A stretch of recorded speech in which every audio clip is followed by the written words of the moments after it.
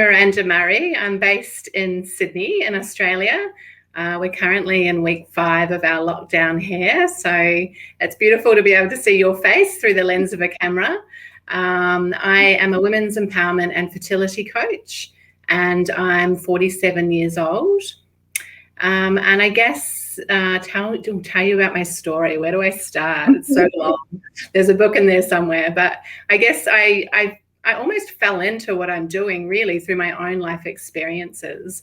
Our little girl, who is she's 3 going on 23 some days, but she's a 3-year-old, nearly 4, and she is the result of 11 IVFs for me personally, 7 IVFs for my current husband and I, 4 IVFs for us and 7 in my previous marriage. Or as my husband likes to say, she's really just the result of the final one. She's not the result of all of them, but the path that I went on and we went on as a couple to come to this place of being parents is really what sparked me, I guess, into becoming a fertility coach in particular. But along the way, I don't have the golden ticket for all the answers in life. My first marriage fell apart after our first 7 IVFs, unfortunately. But what I did learn through that process, through seeing a life coach of my own, was the beauty and the power in having the right support networks around you, the people who are there to lift you up in times of challenge. And ultimately, I came out of my life coach sessions that had originally started with me taking a break from our IVF and really looking for some guidance around what I wanted to do for work. And I had thought at the time that might be down the path of counselling. And a few sessions into our coaching with this beautiful empowered woman herself, who was 10 years older than I was and had changed her career at my age, my marriage fell apart. And so for 6 months, it completely took a different focus as I navigated being 39 and going through a separation. And being left ultimately with no husband, no children, because I'd given up work to try and do our IVF and relieve some stress, and not knowing what I wanted to be when I grew up type thing. That's what it felt like, and 6 months later, as the fog had lifted and I came out the other side and I could see the light at the end of the tunnel, I went to a session with my life coach and I said, you know what, I actually think that I would like to be a life coach. And she said, oh, I could have told you that in the second session, but you had to get there yourself. And so, for her, she was a gift from whatever you might believe in, the universe, the heavens, synchronicity, serendipity, whatever it was. And she happened to be, as I said, 10 years older. She'd also gone through a divorce at my age. And so she was the perfect gift for me. And in turn, now I gift that to other women. There's been so many life lessons that I've learnt through my experience and perhaps from the University of Life, and then teamed with those learnings and also my formal qualifications, I now am so passionate about supporting and empowering women who are going through different challenges and different chapters in their own journey of womanhood, whether you're 20, 25, 35, whether you're trying to start a family, whether you're out the other end and your kids are flying the coop, whether you've got a change of career, and really just how do you maintain that strong sense of self through all of those challenges that we face as women and thrive, and come out the other side thriving, really knowing who you are and what your core values are and staying aligned to that in order to find your peaceful flow in life, whatever that looks like for you. And so that's, how I came to be doing what I'm doing. An amazing story you went through. You have had challenge after challenge after challenge. For somebody who managed to have children very easily, I used to say that my husband used to sneeze and I would get pregnant. To hear what women actually go through, and trying to keep the relationship going while you're going through all of that as well is another challenge. But it sounds to me like you're getting a mentor, getting a coach, getting somebody to be there by your side really helped you get through this, right? Yeah, absolutely. And perhaps for me it was too late for the first marriage. Yeah. But, you know, and that's another whole podcast probably around, you know, how I also think those things were a blessing. You know, they've added to the wisdom that I bring to everything that I do today with my work, to my life, to the way that I mother my daughter, to the kind of wife that I am, all of those things. So I don't even look back on a broken marriage as something that's disappointing or regretful. I just look at those things and reflect on them and bring them into the beauty and the richness and the messiness of life that has actually led me to where I am today. But certainly once I engaged that coach, who funnily enough was a teens and parent coach, so I wasn't even her niche. But she was a friend of a friend. We'd met at a wedding, and she said, "Oh, let's just have a session and see where it goes." And we clicked, and, you know, I'm so thankful. She was a pivotal catalyst for me for getting through the challenges I went through, and also for me wanting to be that person, that soft place for women to land for somebody else.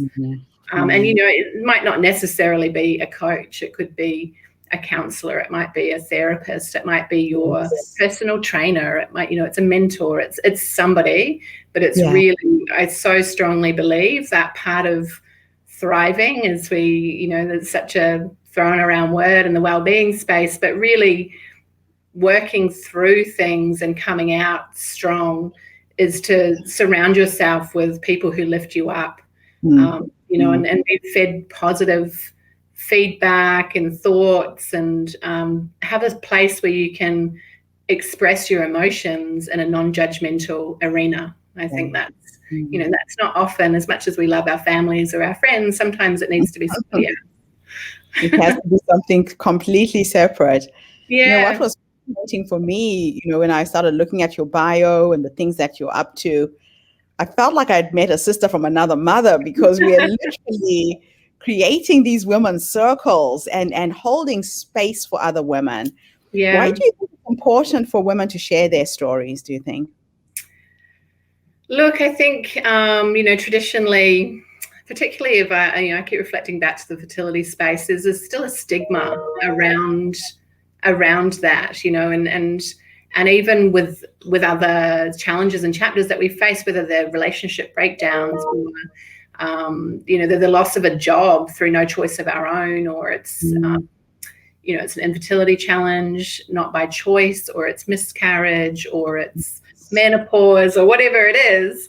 I think somewhere over the years and over the centuries, we have somehow become less likely or less open to sharing that with other people. And I think social media has a lot to do with it, because we see these glamorous Insta, you know, lives, which aren't always true. And we think everyone else has got it together and I don't, you know, and it's just me. I better keep this to myself. How embarrassing. When in actual fact, you know, a little bit of honesty and vulnerability goes a long way, because you quite often will see your sister from another mister, or whoever it might be, some other woman who the penny drops, or an aha moment comes, and the sigh of relief, particularly in a women's circle, where you can see the transformation happening before your eyes. And these women, you know, they let out a sigh and they say, "Oh, I thought I was the only one, you know, I've had a really shit week.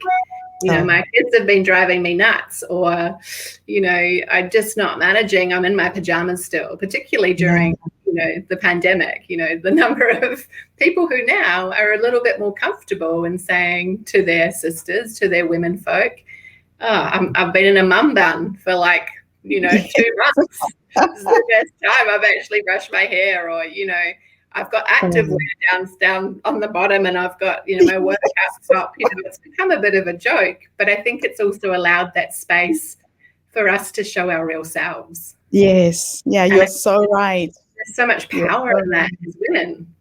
You know, here in Australia, I think I was saying this to you the other day, that here in Australia, where I hold my women's circles in different times when we can meet face to face, and I say, you know, people have been doing this, and you would know this from your home country, people have been doing this for 60,000 years, you know, sitting in these circles. Centuries. You're so right. Men and women, but of course women are making, you know, sitting and sharing stories and sharing the truths and the challenges, the triumphs and the sadness and everything in between, and actually gaining that support from sharing it in a sacred space where what is said in circle stays in circle, and they can go away feeling a little bit less isolated and a little bit less alone, and a warm lighter.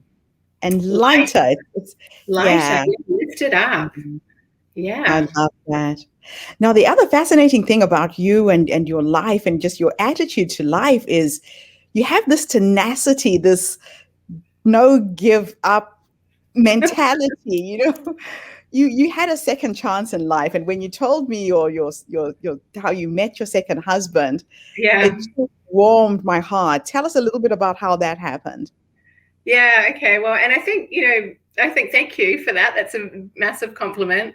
I think part of it is a little bit of stubbornness, to not let life get the better of me. But also, as I shared the other day, part of it is, I lost my mum when I was 6, and I do think that when you go through some kind of childhood trauma, it changes you.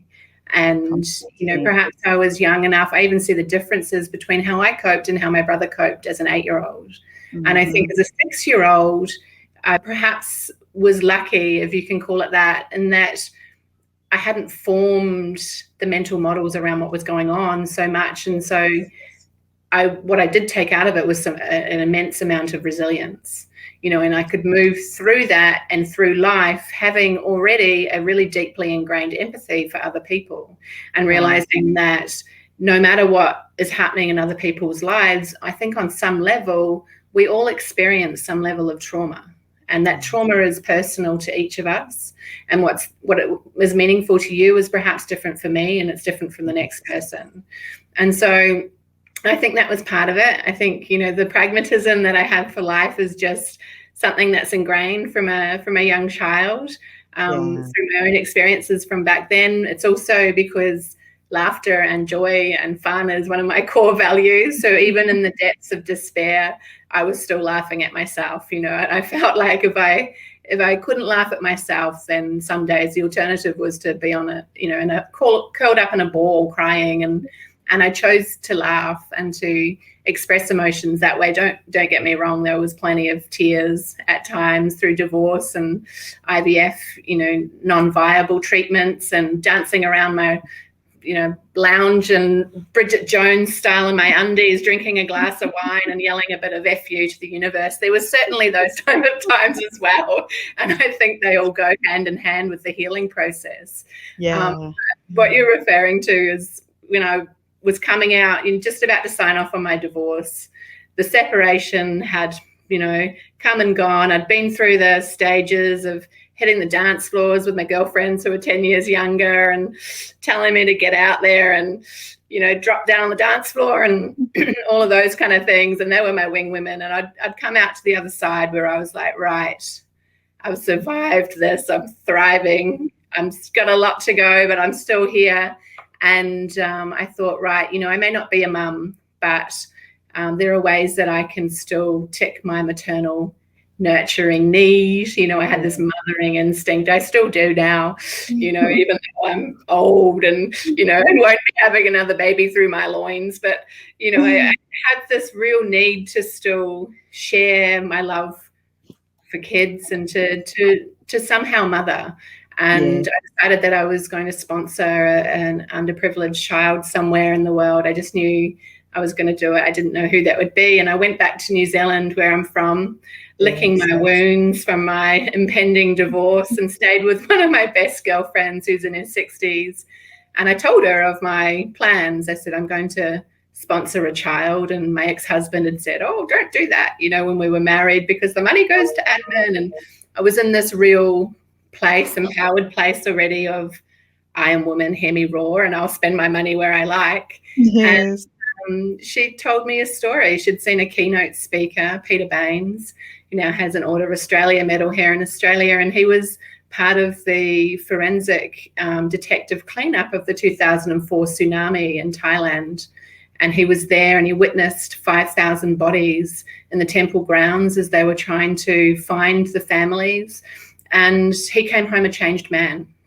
And he started his charity called Hands Across the Water, based here in Sydney, actually. And I was living in Perth still, and my girlfriend Carol said, you know, it's the perfect charity for you. It's in Australia, so you'll go back home, and it's just right there. And anyway, I watched, you know, looked through the footage and read up around the Hands Across the Water story, and I was hooked. And so right that day, I sponsored a child, and I said, I'm in.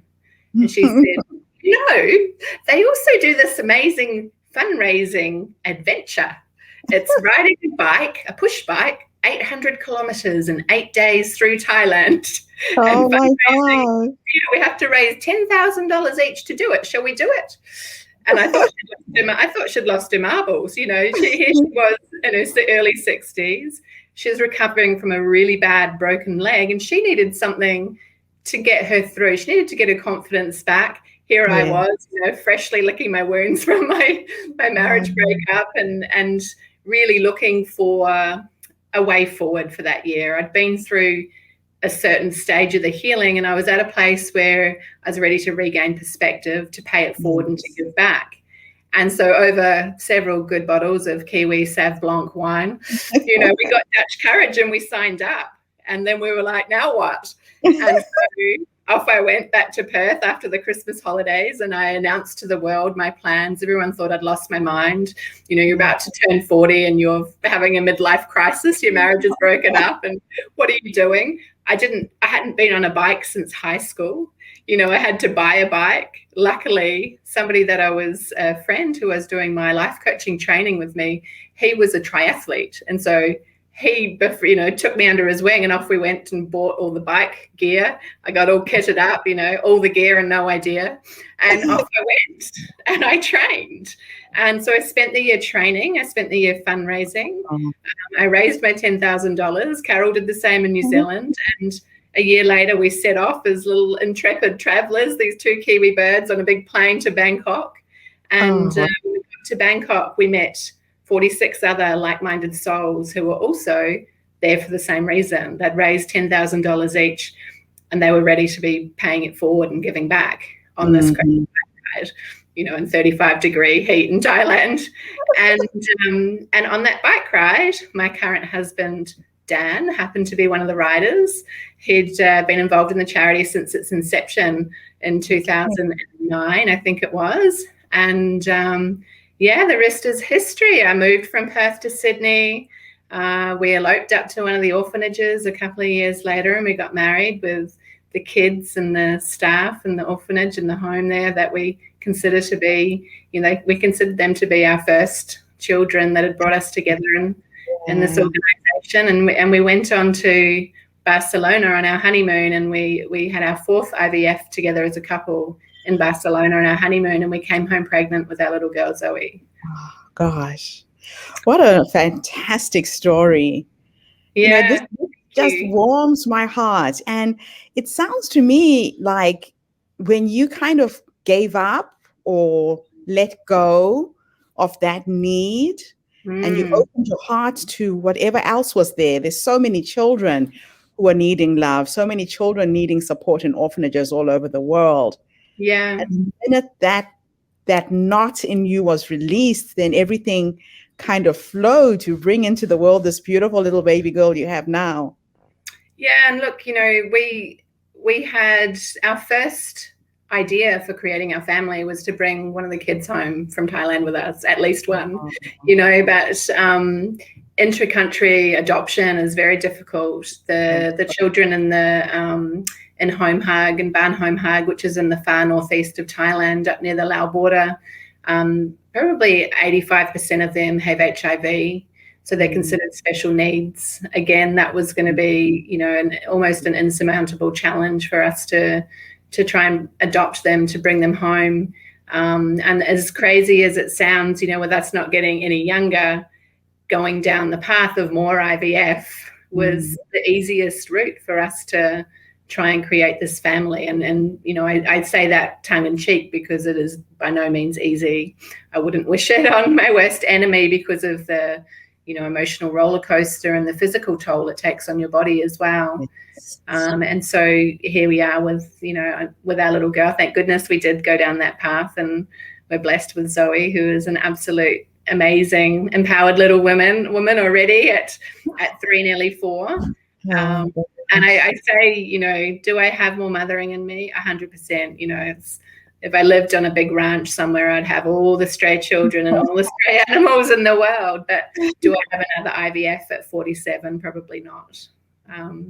You know, but this may not be the final mothering for me. Who knows what the future holds? You know, it may just take a different shape. And for me, part of that nurturing and that mothering is with my clients. It's with the beautiful people I work with.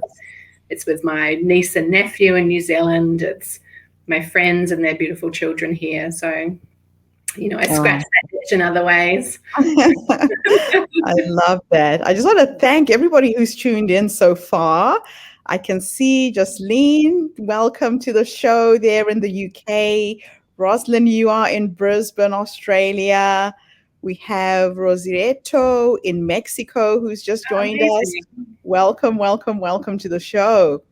Now, let's end our interview with you giving advice to somebody out there who's thinking of going through IVF, who has gone through it and it's failed. What nuggets of wisdom can you share based on what has been your journey? Wow, it's a big question. I think before you even embark on it is to collect a toolkit of, I like to call it a mental first aid toolkit, because I wish that was something that I had before I embarked on it the first time in the beginning. And I really didn't know anybody else going through IVF even when we embarked on it, my ex-husband and I. And I think now looking back and moving more in this space, and I see see and have felt and experienced firsthand the immense power and benefits of having the right support network around you, and taking the time to speak to those people, to not feel like you have to speak to everybody about your journey. You know, I say the main things, I guess, if I could nail it down, I say there's 3 things to concentrate on that I perhaps didn't the first time around, and that is your heart. You know, like, do more of the things that lift you up. Yes. You know, it's hug, it's the support network, and it's a holistic approach to everything. You know, and I don't for a second think that people need to have an equal balance in all areas of their life, because that's impossible these days. But I do think it's important to be able to give some space to each of those things. You know, clearly I wasn't doing that. Our marriage didn't survive, you know, for various reasons. But I think having a strong sense of who you are and the things that carry you through the tough times before you get there is so powerful. You know, if you have those things already established that you know you can rely on, whether it's a coffee with a friend that lifts you up, or whether it's walking in the fresh air, it's a cuddle with your dog, whatever it might be, I think having those things already established in your mind so that you can move forward through the difficult times without then having to suddenly create that. When, you know, when the fog is on you. And it's hard to dip into those things. And I think the third thing, so heart and hug and head is the third thing. And I think arm yourself with as much information as you need to. You know, that's where I think in IVF and assisted reproduction and trying to have a baby even naturally, often the hardest part is the uncertainty, and particularly through the IVF process where you give away some of that control. You need to give that control to the doctors because they're the experts in that space, and you can often be left in this space of feeling that there's a lack of control in your life. And so if you can arm yourself with as much information as you can, and you can regain, you know, that's when you become more empowered. You take back some of the power, some of the decisions, and don't be afraid to ask the questions, even when you think they might be silly. Yes. Oh, wow. Amazing. Absolutely wonderful, wonderful, wonderful conversation here. we're getting so many responses. There's somebody who said, I met you in Bali. I'm not sure if they met you or if they met me. We've got Sasha in New Zealand. And somebody else has just said that this is an amazing story. Thank you. Thank you so much. Oh, man, this is what makes me want to wake up every day and do what I do in sharing these stories, because you just never know who is out there listening in, and your story becomes the light at the end of somebody's tunnel. Absolutely. Just talking about these things, infertility is not something to be ashamed of. There's no shame. It's just something that happens to some people. It doesn't happen to others. So destigmatizing the feeling that people get when they're in the middle of the situation and being open, you'll probably find that there's more people around you going through a similar challenge that you don't even know. Absolutely. Yeah. Wisdom. So many people these days, 1 in 3 pregnancies, whether assisted or natural, end in miscarriage these days. Yes. I think the statistics now are 1 in 7 babies in Australia are born via IVF. And so if you look around your networks, there's people, men and women, going through this. And, it's time that we opened up the conversation a little bit more, because there is so much power in sharing and in shared empathy and understanding. And I think if you haven't been through it, it's often hard to really understand those feelings and emotions that accompany it. And so I think there is power in sharing our stories and hoping, like you said, that, maybe just one person is listening and that helps to give them some comfort. Wonderful. Miranda, I could talk to you all night. Thank you so much. And thank you again to everybody who tuned in. Thank you for your positive feedback through the chat. Please share this video with anyone you know. And Miranda, how can people get hold of you? What kind of help are you giving women besides the women's circles that you create? Yeah, beautiful. My website is mirandamurray.com. My email is empowered@mirandamurray.com, and also _Miranda Murray on Instagram if you want to follow me there. Please feel free to reach out if you want to chat, if you want more information. I also offer one-to-one coaching and holistic counseling and the women's circles. Pre the pandemic, I was running some free intergenerational play groups, but they've had to stop to protect our beautiful elderly residents. But yeah, there's a lot of things. There's some more beautiful things I'm bringing into my work. Probably by October. Let's hope we're out of lockdown by then. Yes. Of some yoga play groups and, an extension of my women's circles, but for women to be able to bring their bubs along and not have to put them in a creche. So it's ever evolving. It's ever evolving, Gertrude, like you, so many ideas, just one person. I try not to wish away the time that I have with my little girl. Fridays are our day. So I only work part-time 4 days a week still. So, it'll come.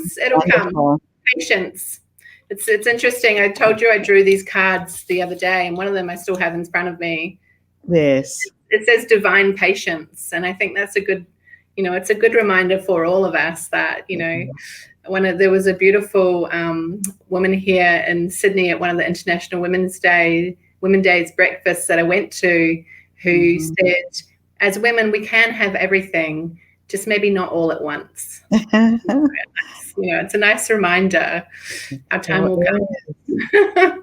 Oh, I love it. Thank you so much. You're welcome. Everybody, I will be back again later today with yet another amazing interview subject. Have a fantastic evening wherever you are in the world, or morning, or lunchtime.